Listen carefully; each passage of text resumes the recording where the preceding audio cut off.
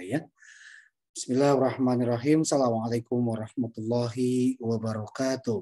Waalaikumsalam warahmatullahi wabarakatuh. Alhamdulillahirabbil alamin. Alhamdulillahilladzi bi ni'matihi tatimmus shalihat. Asyhadu an la ilaha illallah wahdahu la syarikalah wa asyhadu anna Muhammadan abduhu wa rasuluh alladzi la nabiyya ba'da. Allahumma shalli ala sayyidina Muhammad wa ala alihi wa ashabi ajmain wa man tabi'ahum ila yaumiddin. Segala puji hanyalah milik Allah. Semoga Allah melimpahkan rahmat dan keberkahan kepada ibu dan bapak yang mengikuti kajian di pagi hari ini. Dan selawat serta salam semoga tercurah terlimpahkan kepada junjungan kita Nabiullah akhir zaman, pembawa risalah Nabi besar Muhammad Sallallahu Alaihi Wasallam, dan semoga terlimpah kepada keluarga, kerabatnya, sahabatnya, para tabi'in, wa tabi'ut tabi'innya, dan mudah-mudahan kita selaku umatnya dicatat oleh Allah Subhanahu wa taala sehingga bisa mengikuti jejak Rasulullah Shallallahu alaihi wasallam. Ibu yang dimuliakan Allah Subhanahu wa taala, sebelum Ustaz Dadan menyampaikan tentang hifdzul lisan, marilah kita dengarkan wejangan dari bunda kita, guru kita yang sudah hadir di ruangan maya ini. Ada Bunda Empet, ada Pak Haji Rustam Sumarna, ada Ustaz Dadan, juga ada rekan-rekan yang lain.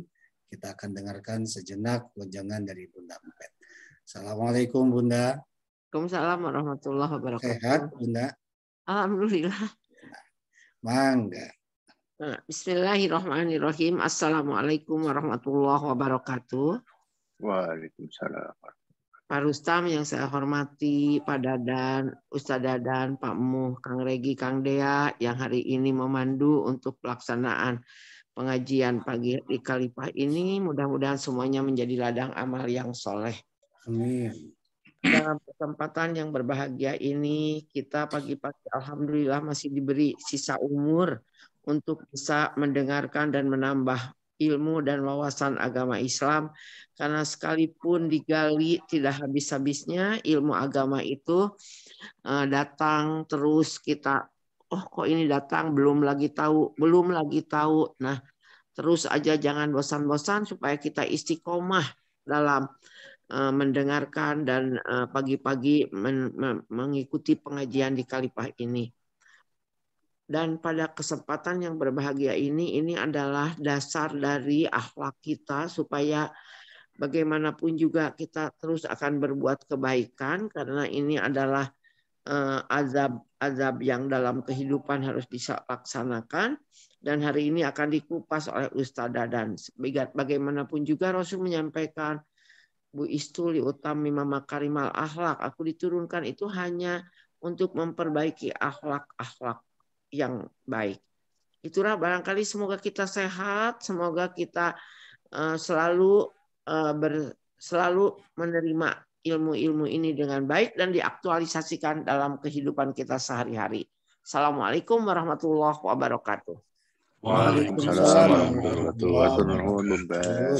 Terima kasih Bunda Empet.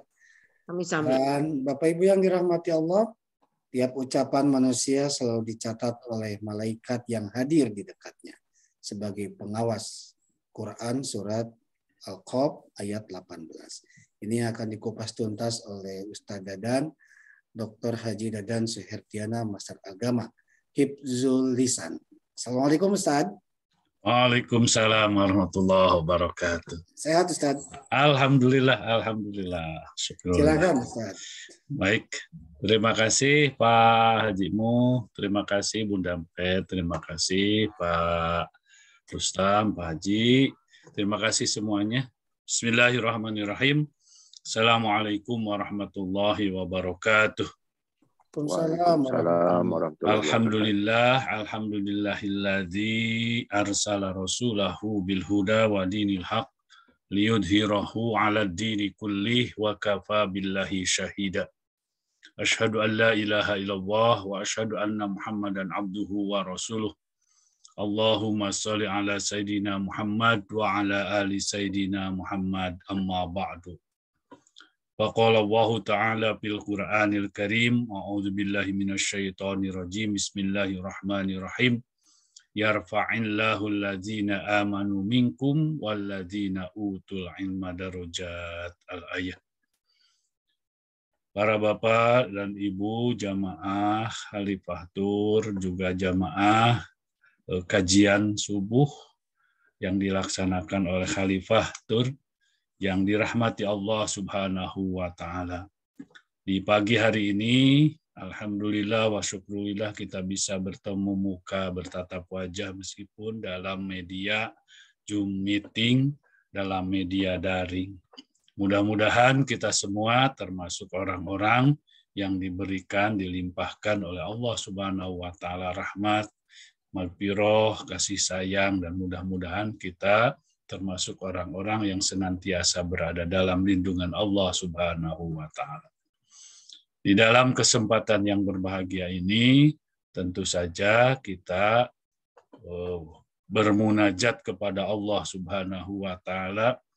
Kajian subuh sebagai salah satu ikhtiar bagi kita untuk senantiasa kita meningkatkan ibadah kita, meningkatkan potensi diri kita, memanfaatkan waktu kita untuk senantiasa apa yang diperintahkan oleh Allah, yaitu bahwa diciptakannya kita, jin dan manusia sesungguhnya adalah untuk ibadah kepadanya. Mudah-mudahan kita termasuk orang-orang yang memanfaatkan waktu, meskipun pada pagi hari ini kita mungkin saja dalam keadaan yang repot dan lain sebagainya, kita sempatkan untuk tholabul ilmi, seperti apa yang tadi dikatakan oleh Bondampet.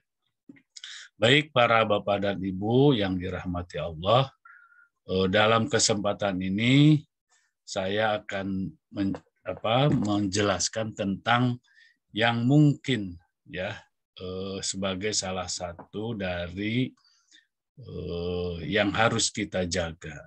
Bahasanya atau kajiannya malah pagi hari ini adalah hifdzul lisan atau menjaga lisan, etika menjaga lisan di dalam Islam. Yang pertama, mengapa kita harus menjaga lisan kita? Ya, mengapa kita harus menjaga lisan kita?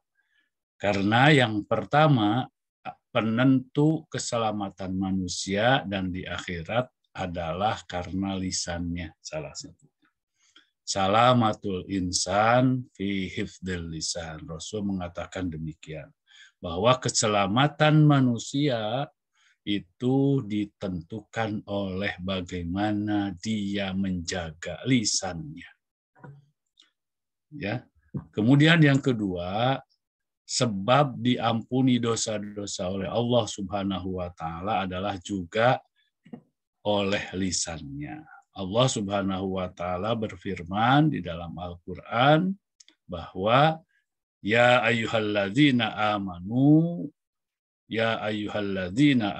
taqullaha wa qulu qawlan sadida yuslih lakum a'malakum wa yaghfir lakum dzunubakum wa may yuti'illaha wa rasulah faqad faza fauzan azima. Wahai orang yang beriman, bertakwalah kamu kepada Allah dan ucapkanlah perkataan-perkataan yang benar. Niscaya Allah akan memperbaiki amal-amalmu dan mengampuni dosa-dosamu. Siapa yang menaati Allah dan Rasul-Nya, sungguh dia menang dengan kemenangan yang besar. Kemudian selanjutnya, bahwa hifdzul lisan itu adalah penentu masuk surganya seseorang. Dari berbagai pintu surga, ada pintu bagi orang-orang yang senantiasa menjaga lisannya. Nabi SAW bersabda, barang siapa yang menjamin untukku sesuatu yang berada di antara jenggotnya atau mulut, yaitu mulut, dan di antara kedua kakinya, yaitu kemaluannya, maka aku akan menjamin baginya surga, katanya. Hadis riwayat Bukhari. Kemudian yang keempat, lisan itu cerminan hati. Hasan Basri mengatakan bahwa lisan seseorang yang beriman adalah di belakang hatinya. Apabila ingin berbicara, maka hatinya memikirkan terdahulu. Apabila baik, maka ucapkan. Apabila tidak baik, maka tidak boleh diucapkan. Makanya ada yang disebut di dalam sebuah hadis dikatakan bahwa man kana yu'minu billahi wal yaumil akhir fal yukrim jaroh, terus ujungnya alias rohimah, ujungnya fal yakul khairan aw liyasmut. Maka ucapkanlah, katakanlah kalau itu baik, aw liyasmut. Kalau tidak baik, kalau akan berakibat tidak baik, maka lebih baik diam.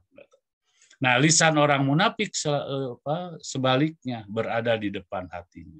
Apabila ingin berbicara tidak melalui pemikiran terlebih dahulu. Nah, itu dikatakan bahwa cerminan hati. Bahwa hati dan lisan itu senantiasa ada atau berhubungan sama satu lainnya. Kemudian yang mau disampaikan juga adalah dasar-dasar dalam menjaga hifdzul lisan. Ada nasihat Rasulullah kepada Sayyidina Ali, sesuatu yang memang menjadikan bahasa ini atau kajian ini, apa yang disampaikan oleh Sayyidina Ali itu yang senantiasa menghinggapi kita atau datang kepada kita, yang senantiasa mungkin kita akan terus tergoda gitu ya untuk membicarakan, untuk lisan kita mengatakannya. Yang pertama, Rasulullah memberi nasihat kepada Sayyidina Ali itu 3 ya. Yang pertama, jangan celak kekurangan orang lain.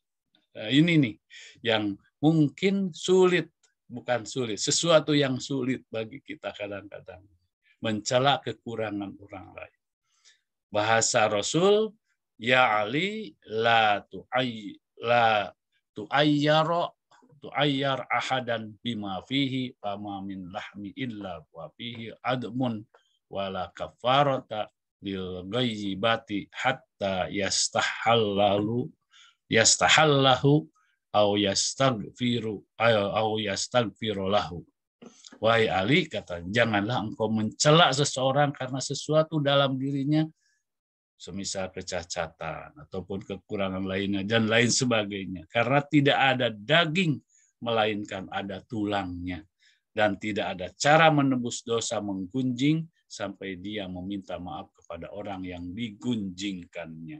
Atau memintakan ampunan, membacakan istighfar bagi dia atau bagi orang yang digunjingnya. Nah, ini itu nasihat Rasul itu. Apalagi di masa-masa sekarang ini menggunjing itu seolah menjadi sesuatu hal yang mungkin tidak baik atau tidak enak kalau kita tidak menggunjing, ya, tidak sempurna kalau tidak menggunjing. Kadang-kadang seperti itu di masa-masa sekarang, apalagi di zaman adanya media sosial, ya, menggunjing orang itu menjadi hal. Makanya Rasul menasihatkan seperti ini. Malah di dalam Al-Quran menggunjing itu seperti dikatakan di dalam Al-Quran seperti memakan bangkai teman kita atau sahabat kita, ya, atau memakan bangkai manusia, teman-teman kita atau sahabat kita. Kemudian yang kedua, kata Rasul, nah, untuk supaya kamu bisa masuk surga, maka jaga lisan kamu. Tapi juga lisan itu bisa memasukkan engkau ke dalam neraka. Wahai Ali, Allah tidak menciptakan, kata, di dalam diri manusia itu lebih utama daripada lisan. Dengan lisan, seseorang bisa masuk surga, dan karena lisan juga seseorang bisa masuk neraka. Maka ikatlah lisan, karena lisan itu ibarat anjing galak. Dalam hadis yang lain dikatakan bahwa lisan itu seperti binatang buas, ya, apabila tidak mengikatnya, tidak mengendalikannya, maka binatang buas itu akan menerkam maka lisan itu akan menerkam. Maka ada istilah ucapanmu gitu atau kata-katamu adalah harimaumu ya. Ya, disebutkan di dalam itu ya, banyak sekali kata-kata itu.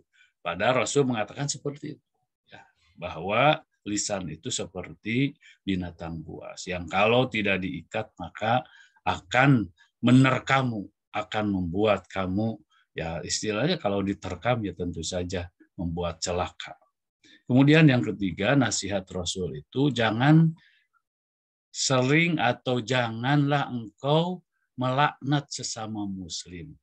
La ya'li la ta'an musliman wala dabbatan fatarji'al la'natu alaik. Wahai Ali, katanya, janganlah engkau melaknat seseorang muslim dan juga hewan, karena itu akan kembali pada dirimu sendiri ya. Jadi kalau melaknat seseorang, melaknat makhluk Allah, sesungguhnya dia akan kembali kepada dirinya sendiri, otomatis itu. Nah, kemudian selanjutnya, bagaimana strategi kita supaya kita bisa hifdzul lisan, bisa menjaga lisan kita? Ya, yang pertama, pikirkan, pertimbangkan sebelum berbicara. Apabila maslahat, maka bicarakan. Nah, ini kata Imam Syafi'i ini. Karena kalau tidak berbicara di saat ada kemaslahatan, maka katanya itu seperti setan bisu gitu ya. Apabila ragu-ragu, jangan bicara sampai jelas kemaslahatannya.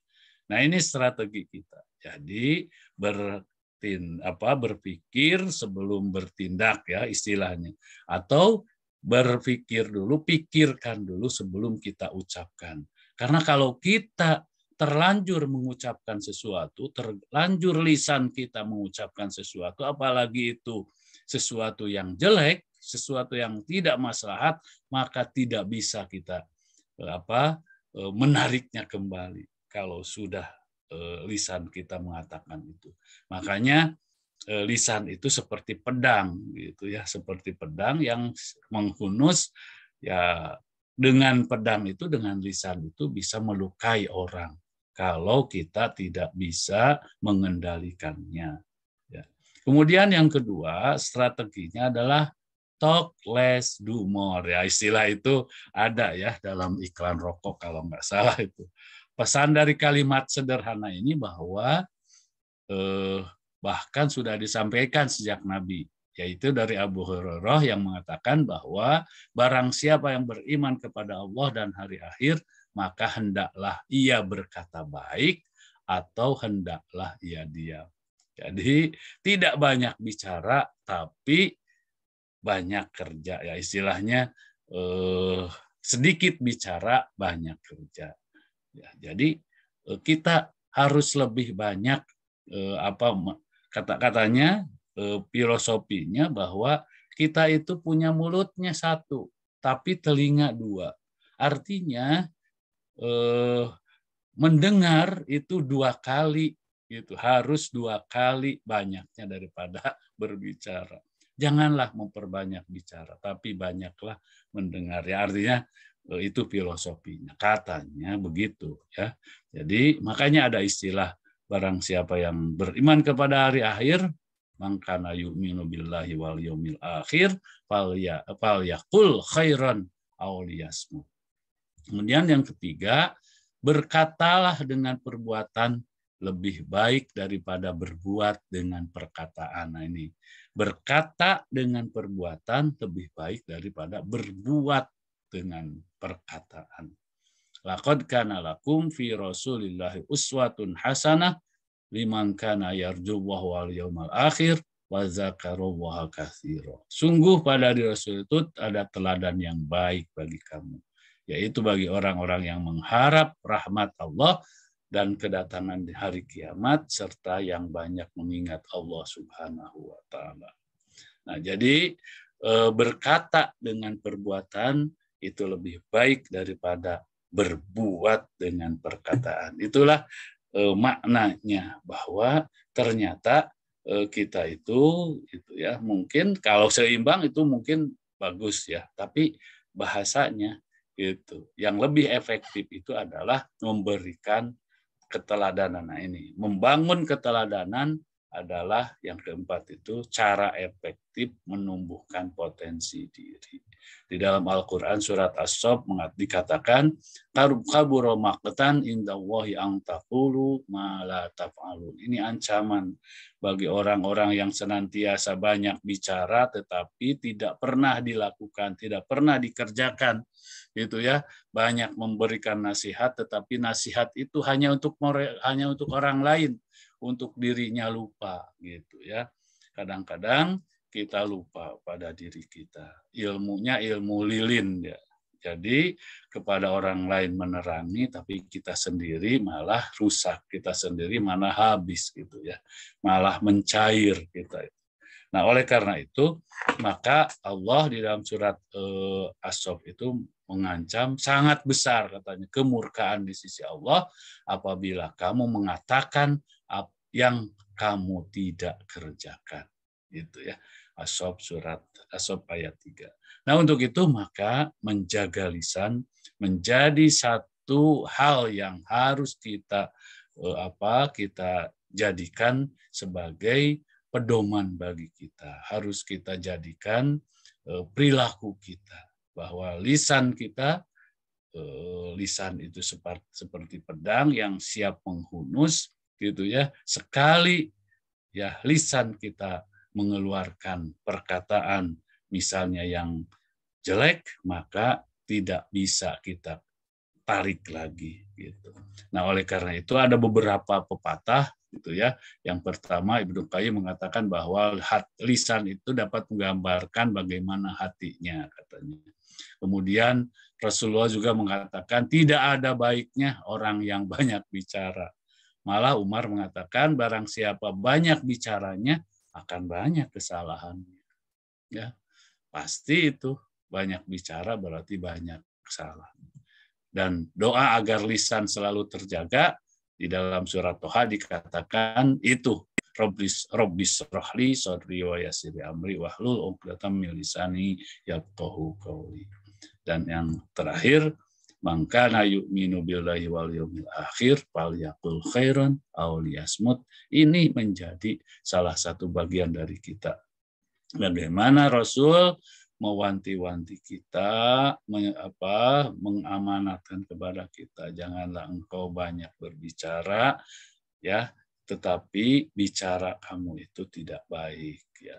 Seperti apa yang dikatakan oleh Imam Syafi'i, ya, bahwa lebih baik kita itu diam itu emas, ya, daripada kita bicara tapi menyakiti orang lain, tapi bicara kita ngawur, bicara kita tidak pada tempatnya, membuat gaduh dan lain sebagainya, diam. Kalau tidak bisa berbicara, tetapi kamu malah membuat gaduh, ya. Kalau bicaranya yang maslahat, tentu saja harus, ya. Di dalam Al-Quran dikatakan bahwa seseorang itu diperintah oleh Allah Subhanahu wa taala untuk menjadi umat yang terbaik, ya, menjadi umat yang terbaik. Kuntum khaira ummatin ukhrijat linnasi ta'muruna bil ma'ruf wa tanhauna 'anil munkar. Itu. Di dalam Al-Qur'an dikatakan kamu itu harus menjadi umat yang terbaik, yaitu umat yang senantiasa ta'muruna bil ma'ruf wa tanhauna 'anil munkar. Maka bahasanya kan seperti itu. Dengan bagaimana caranya? Caranya adalah ud'u ila sabili rabbika bil hikmah wal mau'idatil hasanah wajadilhum billati hiya ahsan. Mujadalah wajadilhum billati hiya ahsan ditempatkan di tempat yang ketiga di situ. Karena mungkin itu sesuatu yang bisa menjadikan alternatif terakhir. Kalau dengan hikmah tidak bisa, dengan mau'idah tidak bisa, maka mujadalah wajadilhum billati hiya ahsan. Itu di situ dikatakan bahwa mujadalah di situ harus dengan yang ahsan, yang baik. Itu berarti berkata-kata, berdebat, berargumentasi, argumentasinya argumentasi yang baik, gitu ya, yang menenangkan, bukan yang membuat gaduh, ya, bukan yang membuat bingung dan lain sebagainya. Nah, untuk itu maka hifdzul lisan itu penting bagi kita, ya, penting bagi kita supaya kita bisa terjaga, ya, seperti apa yang dikatakan di depan bahwa hifdzul lisan adalah penentu keselamatan manusia dunia dan akhirat, sebab diampuni dosa-dosa oleh Allah, penentu masuk surga, dan lisan adalah cerminan hati kita.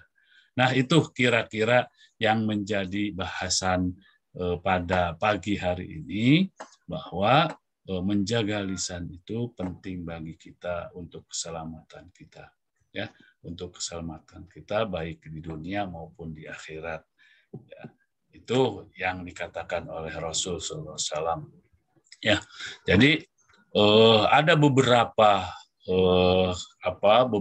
nasihat Rasul yang berhubungan dengan menjaga lisan itu. Rasul mengatakan bahwa penting katanya menjaga lisan, sebab lisan diibaratkan sebagai pisau yang apabila salah menggunakannya akan melukai banyak orang. Betul, dalam sejarah ternyata perang gitu ya, kemudian perseteruan dan lain sebagainya itu karena tidak pandai menjaga lisan, ya, tidak pandai menjaga lisan.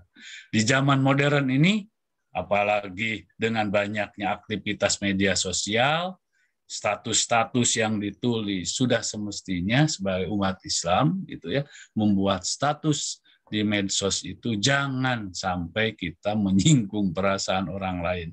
Kalau sekali status itu kita share, ya, kita upload, kita posting, maka sulit untuk untuk menariknya kembali, kan, apalagi dibaca oleh seluruh dunia, ya, yang membaca di Facebook, di Instagram, di yang lain-lainnya.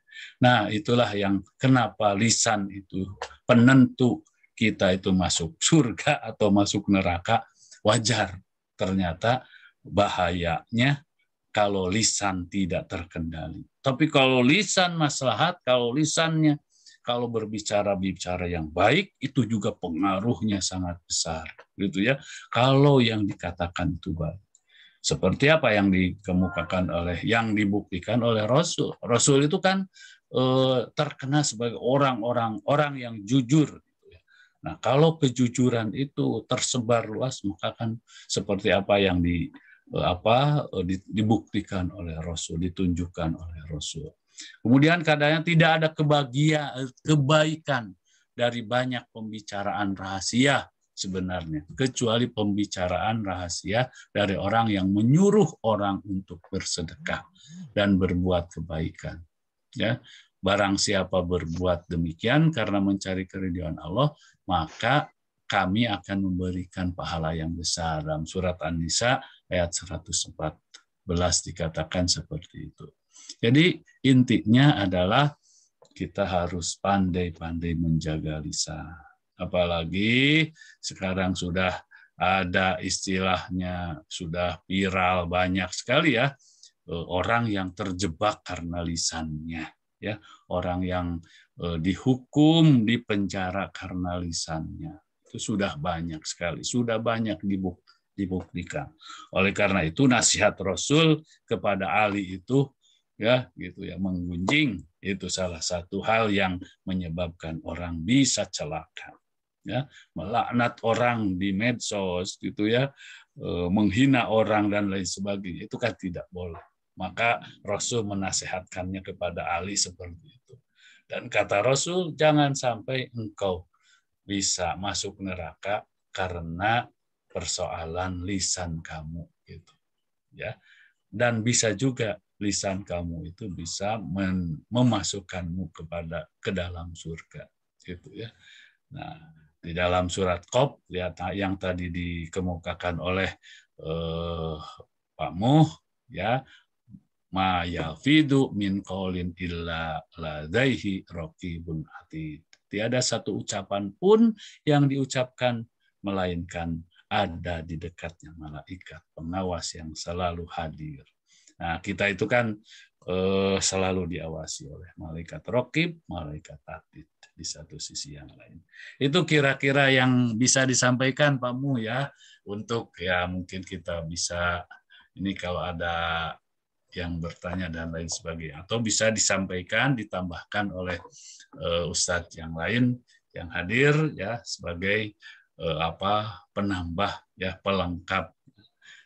Mudah-mudahan ini bisa menjadi ya dasar bagi kita untuk kita bisa bertindak sesuai dengan apa yang diminta atau sesuai dengan apa yang diperintahkan oleh Allah dan Rasul. Demikian Pak Muh ya yang sementara yang bisa disampaikan.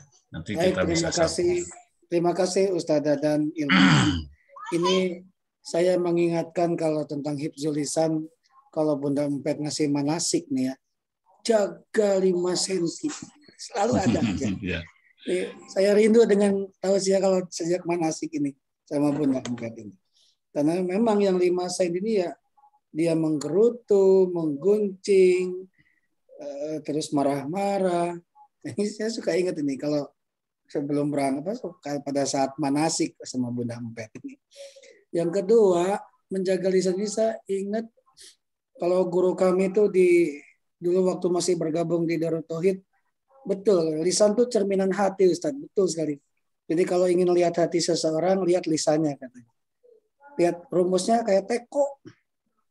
Kalau di dalamnya susu kan enak baik ya, pasti keluarnya susu.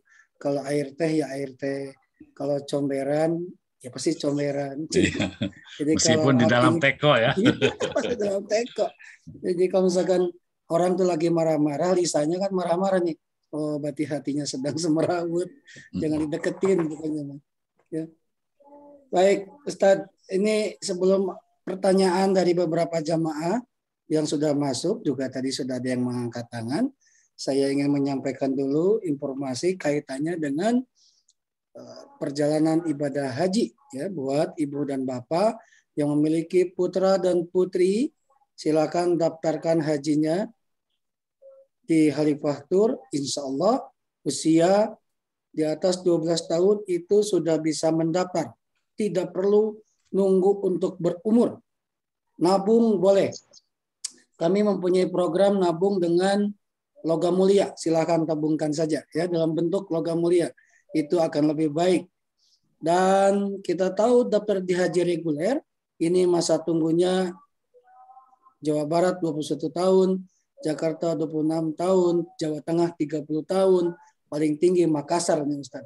Kalau di haji khusus, masa tunggu program hajinya itu hanya 7 tahun. Jadi kalau putra-putri, kerabat, saudara kita yang usianya di atas atau 12 tahun, ini saat lulus kuliah atau lulus sekolah menengah, ini sudah punya hadiah terindah. Bisa berangkat haji, karena cuma 7 tahun masa tunggunya. Ya. Insya Allah, mudah-mudahan. Namun, kalau tidak ingin menunggu selama 7 tahun, ini solusinya. Ingin berangkat haji tahun ini, kenapa harus repot antri? Ya. Daftarkan dengan menggunakan dalam program Haji Puroda bersama Ustadz Wijayanto. Ini daftar di tahun yang sama, insya Allah akan berangkat di tahun yang sama. Ini fasilitas yang kami berikan. Khalifah Tour memberikan fasilitas maktab di Arafah di 112. Ada 3 ruangan, ruangan khutbah Arafah, dan juga ada ruangan istirahat untuk jamaah laki-laki dan jamaah perempuan, sehingga terpisah. Ya, tidak seperti travel-travel lain, mohon maaf. Ya. Yang kedua ini maktab di Mina 112, sangat representatif untuk istirahat, ada tempat penyimpanan kabin dan sekalian.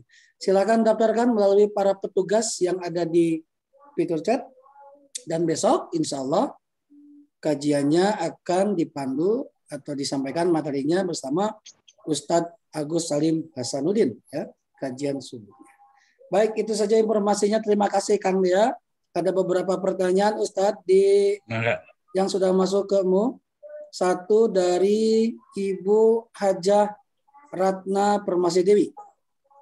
Assalamualaikum warahmatullahi wabarakatuh Ustadz.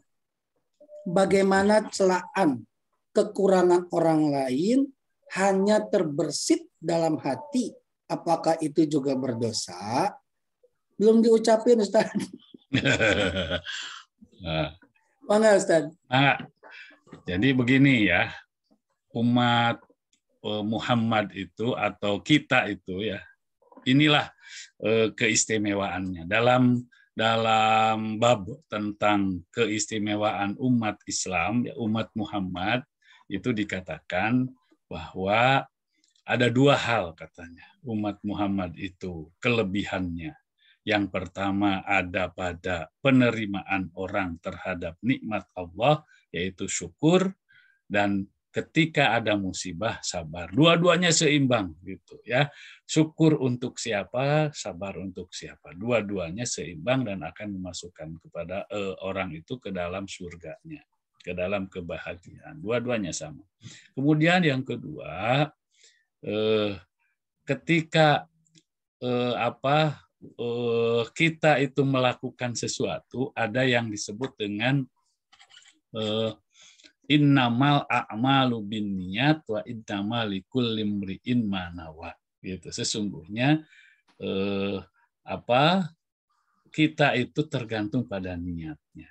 Kalau misalnya celaan terbersit gitu, masih terbersit dalam hati kita, nah itu kan berarti lukanya atau ini di hati gitu ya, terbersit, misalnya si anu gitu ya, dalam hati kita anu dan lain sebagainya, tanpa keluar dari lisan, maka sesungguhnya itu belum bisa dikatakan berdosa gitu ya secara lisan.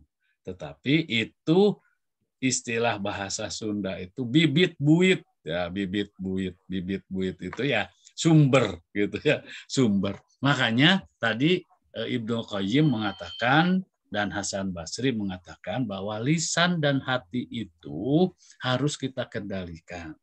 Kalau umat mukmin lisannya itu di belakang hatinya, gitu. Berarti hatinya dulu, gitu. Yang mengendalikan lisannya itu adalah hatinya. Kalau orang munafik lisannya di depan, artinya berkata dulu baru pikirkan kemudian. Tapi kalau orang mukmin katanya berpikir dulu baru bertindak. Nah, oleh karena itu, ketika ada terbersit, maka belum bisa dikatakan sebagai perbuatan, ya, perbuatan menggunjing kalau belum masuk ke ke lisannya, belum diucapkan. Nah, akan tetapi jangan lupa itu merupakan bibit buit, itu merupakan sumber gitu ya, sumber daripada bagaimana itu akan terjadi. Biasanya kan begitu. Makanya itulah hati kita itu harus menjadi penyaring, ya, penyaring.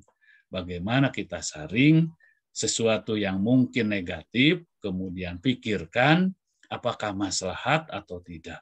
Tadi dikatakan oleh Hasan Basri, kalau maslahat, oleh Imam Syafi'i dikatakan, kalau dipikir di hati kita itu setelah disaring, itu kalau kita ucapkan akan maslahat itu begini saja caranya. Ya, kalau ucapan itu datang dari orang lain kepada kita, apakah kita merasa enak atau tidak enak? Merasa tersinggung atau tidak tersinggung? Maka itu caranya. Menyaringnya seperti itu.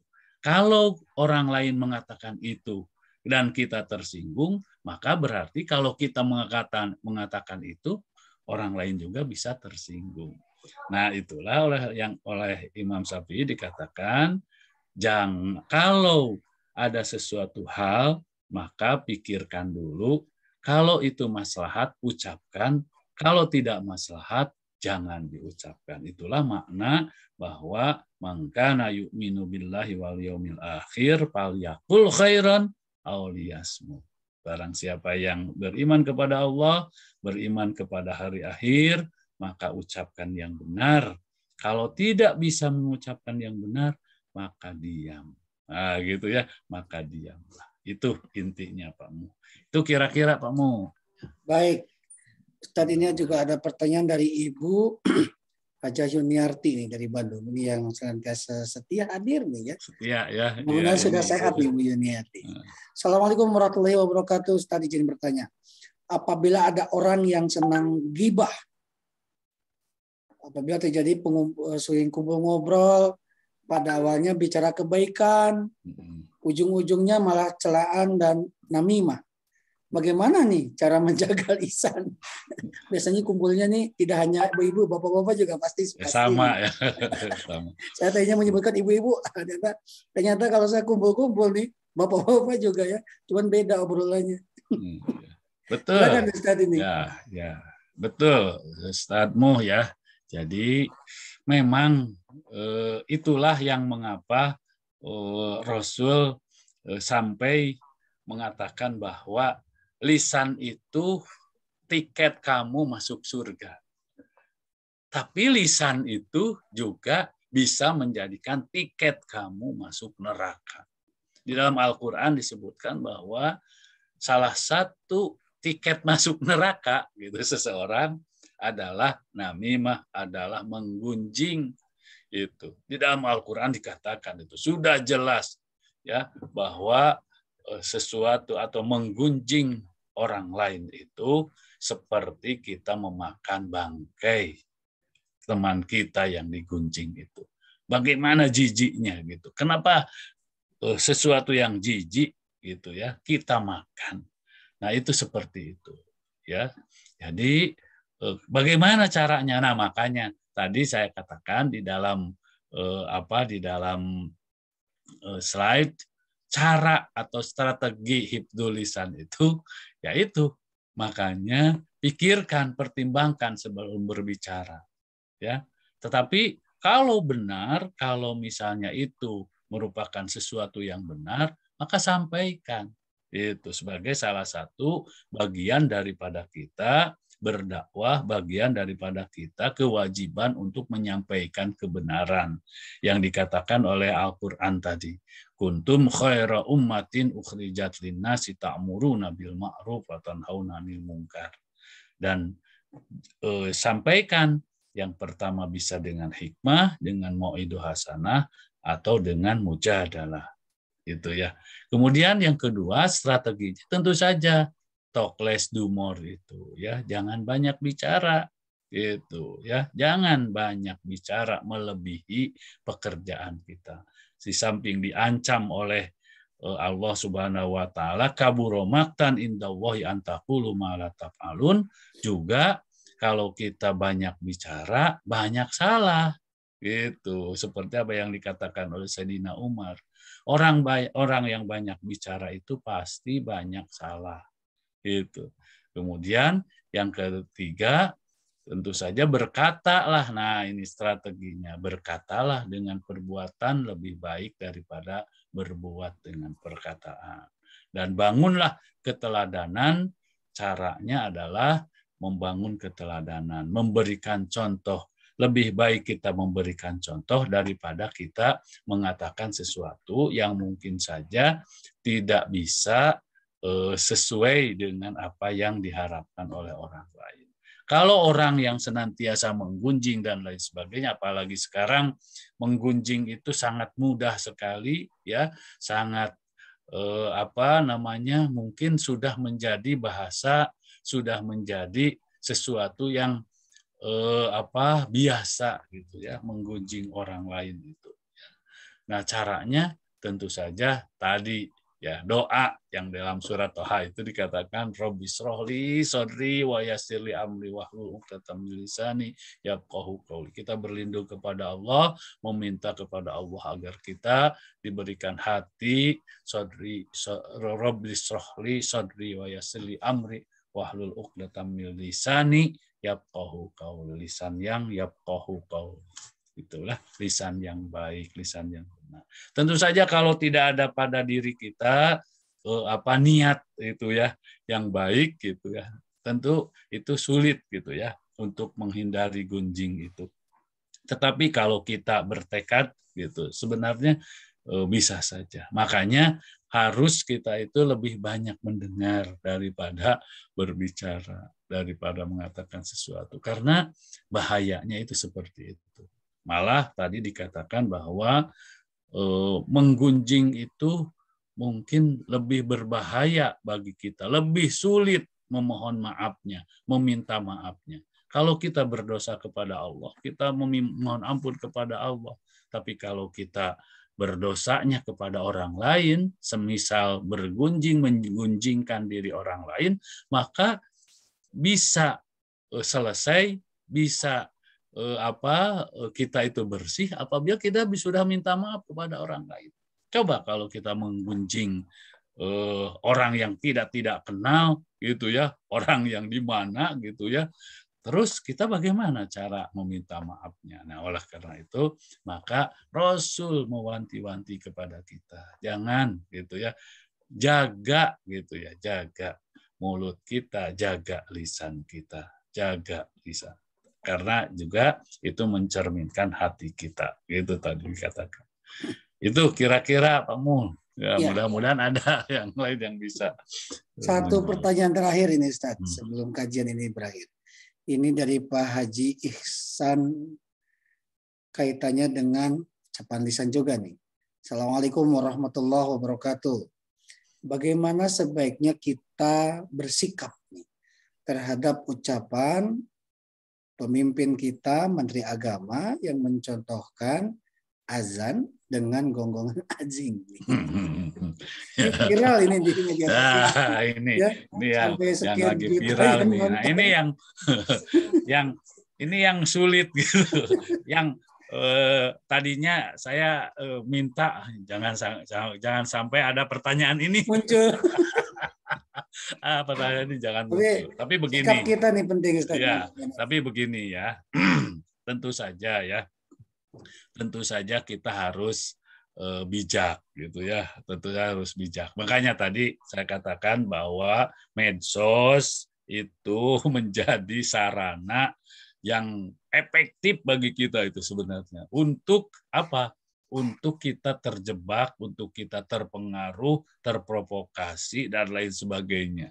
Termasuk juga medsos bisa dimanfaatkan oleh kita untuk menyebarkan kebaikan-kebaikan. Ya, ada dua hal gitu manfaat medsos itu. Nah, adapun misalnya informasi tentang ucapan pemimpin kita, ya saya tidak akan menyebut ya pemimpin kita itu siapapun gitu ya, yang mengatakan sesuatu hal. Nah inilah makanya kita penting menjaga lisan itu seperti itu ya.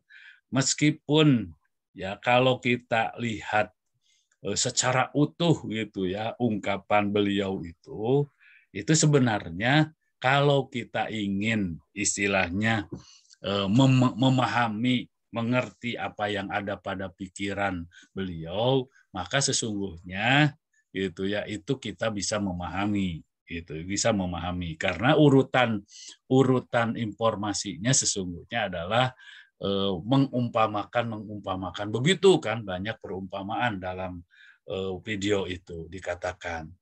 Nah, tapi tetap saja gitu kan, pengambilan perumpamaan, pengambilan diksi kata gitu ya. Nah, itulah makanya kita harus menjaga lisan kita. Pikirkan dulu gitu ya. Lebih bagus begitu ya.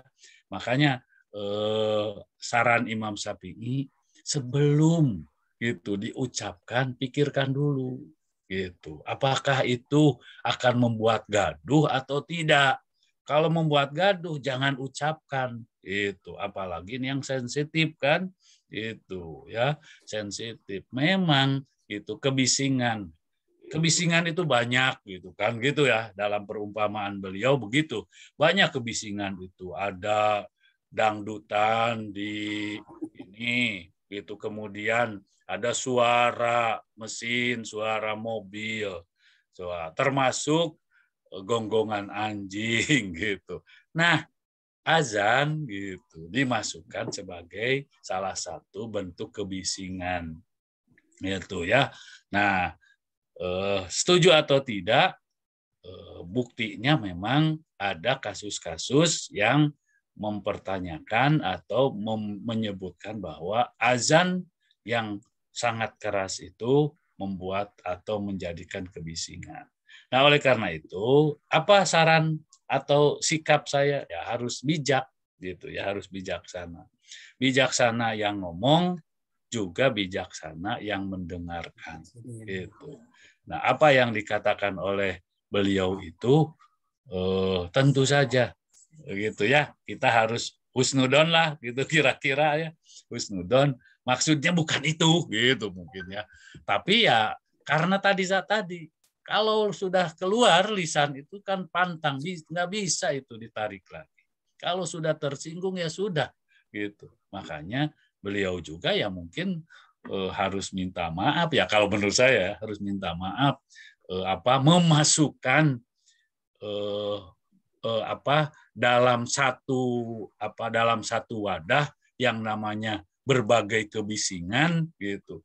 Di situ wadahnya kebetulan Pak Menteri itu ngambil gitu, dari wadah itu kebisingan, gonggongan anjing sama azan gitu. Padahal di situ banyak sih kebisingan itu. Nah, hanya pengambilan diksi sebenarnya yang kurang bagus gitu ya, mengambil diksi, mengambil istilahnya perumpamaan yang kurang bagus gitu ya, yang kurang benar. Tentu saja. Nah, inilah makanya hifdzul lisan itu ya, hifdzul lisan itu harus dijaga. Itu kira-kira Pak Mu ya. Baik Ustaz. Nah, gitu ya. Ustaz, terima kasih karena sudah jam 6:02 dan saya juga mengucapkan terima kasih kepada Ibu Bapak yang sudah hadir di kajian pagi ini, para guru-guru yang sudah menyampaikan wejangan, Bunda Empet, juga ada Pak Haji Rustam Sumarna. Di sini juga. Ini biasanya Ustadz Wijayanto ini kalau pakai iPhone nggak pernah dirubah, atau juga namanya Pak Uwi. Mudah-mudahan juga bisa hadir. Terima kasih juga kepada Ibu Bapak yang tidak bisa saya sebutkan satu persatu. Ustadz, boleh terakhir dipimpin doa? Baik. Mari kita sama-sama berdoa kepada Allah Subhanahu wa taala, mudah-mudahan kita dihindarkan dari berkata-kata yang tidak baik, tidak pantas. Allahumma sholli ala sayyidina Muhammad wa ala ali sayyidina Muhammad. Allahumma sholli wa sallim wa barik alaihi. Amin. Alhamdulillahirabbil alamin, hamdas syakirin, hamdan na'imin, hamda yuwafi ni'amahu wa yukafi majidah. Ya Rabbana lakal hamdu kama yanbaghi li jalali wajhikal karim wa adimi sultanik. Allahumma inna nas'aluka imanan kamilan wa yaqinan shadiqan wa rizqan wasi'an wa qalban khashi'an wa lisanan zakiran wa halalan tayyiba wa taubatan nasuha wa taubatan qablal maut wa rahatan indal maut wa firatan wa rahmatan ba'dal maut wal fauza bil jannati wan najata minan nar. Rabbis rohli sadri wa yassirli amri wahlul uqdatam min lisani yafqahu qawli. Rabbana hablana min azwajina wa zurriyatina qurrata a'yun waj'alna lil muttaqina imama. Allahumma ighfir lana wa liwalidina wa li jamil muslimina wal muslimat wal mu'minina wal mu'minat. Allahumma rabbana arinal haqqa warzuqna ittiba'ah wa arinal batila warzuqna ijtinabah. Rabbana atina fid dunya hasanah wa fil akhirati hasanah wa qina azabannar walhamdulillahi rabbil alamin. Assalamualaikum warahmatullahi wabarakatuh. Waalaikumsalam warahmatullahi wabarakatuh. Waalaikumsalam warahmatullahi wabarakatuh. Ustaz